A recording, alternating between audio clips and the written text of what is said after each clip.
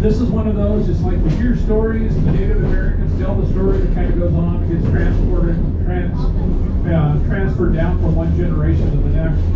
And according to this gentleman, the Nehalem River used to flow down into the Barview area.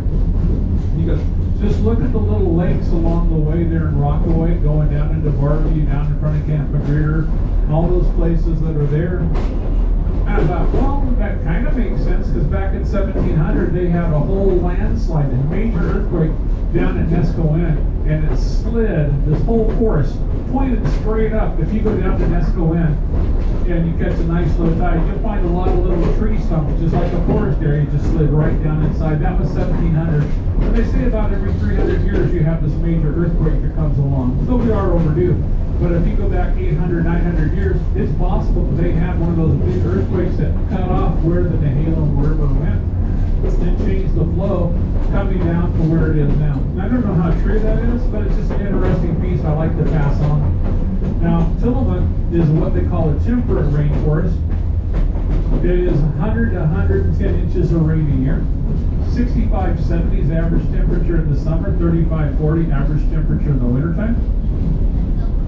So, doesn't get too hot, doesn't get too cold, but provides a lot of rainfall. So we have a lot of undergrowth that takes place and grows all over. You see these ferns are thick coming through here because it is part of their native spot, and we have all variety of ferns that grow in this rainforest area.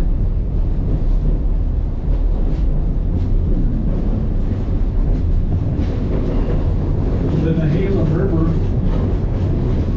119 miles long. It's a major river for the salmon. I'll kind of give you some background.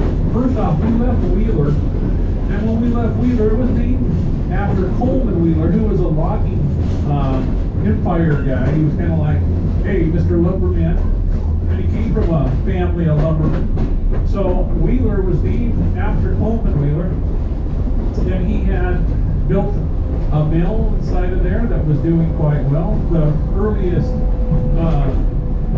industries for Wheeler was lumber mills and fish canneries, because they had a lot of fish coming through the Nehalem River and then coming out from the ocean. They're no longer there. It's now more of a bedroom community that serves housing people that work in Tillamook or up the seaside, or a lot of retired folks. Population's about 440. It doesn't grow real big, but it is kind of a cool little spot, the way it sits back on that coast range a little bit. So the salmon, we'll go through the life cycle of the salmon. But the female, she'll come along and she will dig a nest with her tail. It's called a red. And it's usually in a bunch of gravel. And she'll lay between 5,000 and 6,000 eggs. And then the male will come along and he'll fertilize those eggs. And if everything goes according to plan, nothing disastrous happens, they don't get eaten or covered up by sand and silt and smothered, they'll start hatching out. Now, when you think about a chicken hatching out of an egg, totally different with the salmon. The salmon actually uses the egg and it absorbs it into its body. The last thing it does is it creates the stomach, the sac gets the little fish will grow inside. It'll start to get his head, start to get his tail, and it's got a big belly on it. And as it grows, that belly gets smaller and smaller. And it's what they call buttoning up. It buttons up and it closes off the salmon, so it's all set to go. And they'll hang in the river till they're about 2-3 inches long. They get about that size, they make their way down. They're up in the Nehalem River, up in the Salmonberry River. They'll make their way down to the nearest estuary, which is freshwater and saltwater meet. They come together. It creates quite a area, place where the fish can live, survive, do quite well, where it also provides food for other critters in the area. So the estuary is very important. The salmon will make their way down. They'll come down to this place called Botts Marsh, which is down to about 30 acres, a lot of little backwaters and stuff that are impacted by the tides. And they will hang out there till they're about 5 or 6 inches long. When they get about that size, They've got acclimated to the salt water. They'll take off and go out in the Pacific, and they'll swim as far away as Japan, as far north as Alaska. After about 3 to 5 years, something inside them says it's time to go home, time to spawn. And out of the whole North American continent,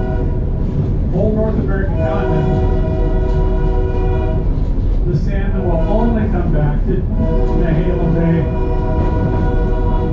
Scientists think it's a sense of smell. They've got a very keen sense of smell, not the scientists, but the salmon themselves. And that they will sense where they're supposed to go. If you think about all the areas, the estuaries up and down the North American continent, it's quite impressive that they will only go to Nehalem Bay. They'll make their way up Nehalem Bay into the Nehalem River. If they were hatched in the Salmonberry River, they won't mess with it. They'll go through the Nehalem up to the Salmonberry River. They'll go back to the river that they were hatched from, and they'll start the whole process over again. Out of those 5,000 to 6,000 eggs, you might be blessed to find 14 or 15 nesting pair that return. They are survivors, the ones who make it back. There's quite a high mortality rate for those salmon. And then the whole process starts over again. You think about how the salmon are our major food source for us. Well, fish of the sea, they depend upon them. Killer whales love to eat them, but it takes a lot to fill up a killer whale. And then when they're small and hanging out down like Fox Marsh or down at the bay, you have birds that'll come along. You'll have pelicans and you'll have cormorants that like to eat them. So there's a quite high mortality rate. So the salmon that make it back up, they are survivors. They keep the whole species going. It's quite impressive.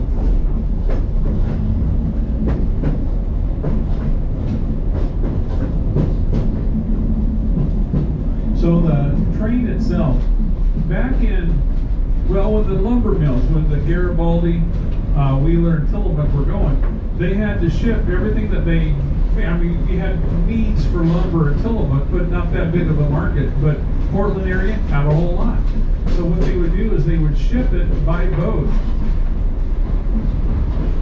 to Portland. So they had to go across the Tillamook Bar, one of the more dangerous bars on the Oregon coast, and still is to this day.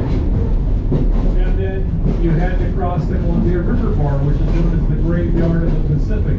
And once you made it through those, you also had to depend upon high tides, because not any high tide would work. It had to be a high enough tide to get you out of Tillamook into the ocean. And then the weather on the ocean had to be decent. So timber was not always being delivered, or lumber was not always being delivered in a timely fashion. So they put in the train tracks. And in 1905 they started. They had some major problems along the way, some financing, and some people stopped working, but they were able to get it done by 1911. So from 1911 until 2007, freight reigned supreme. This is what supplied timber over to the Portland area. They would mill it, get it all set, ship it over to Portland, but it also allowed supplies coming into Tillamook, which opened up a lot of trading and helped the area to grow quite a bit. Also opened up bringing people in. The railroad played a big part in developing the cities and the communities in the area as well.